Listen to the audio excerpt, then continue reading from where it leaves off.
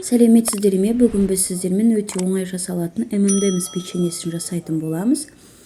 Ең бірінші құрғақ табағымызды алып, табағымызға ұнымызды салып аламыз. Одан кейін ұнымыздың үстіне керегінше какаомызды салатын боламыз. Және шай қасықпен жарты қасық содамызды саламыз және бір қасық крахмалымызды салып, құрғақ ингредиенттерімізді жақсылап араластырып алатын боламыз.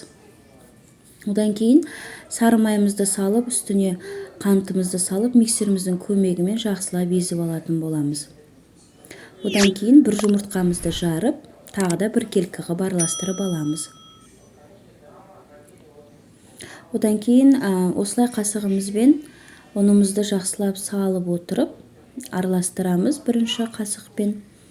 Одан кейін қолымыздың көмегімен жұмсақ қамыр илейтін боламыз.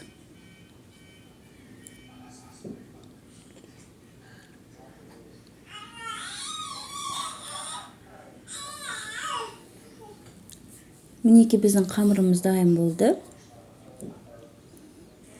Енді пешімізге орналастыратын боламыз. Ол үшін қамырымызды алып отырып, қолымыздың көмегімен осылай домалатып шығамыз.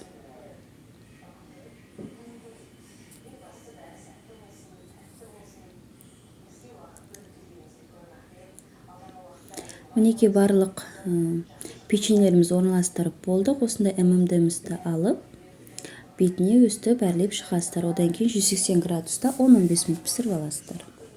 Мінекей достар, біздің печеньелеріміз дайын болды. Міндетті түрде дайындап көріңіздер. Лайк басып, комментарий жазып, маған тіркеліп кетіңіздер.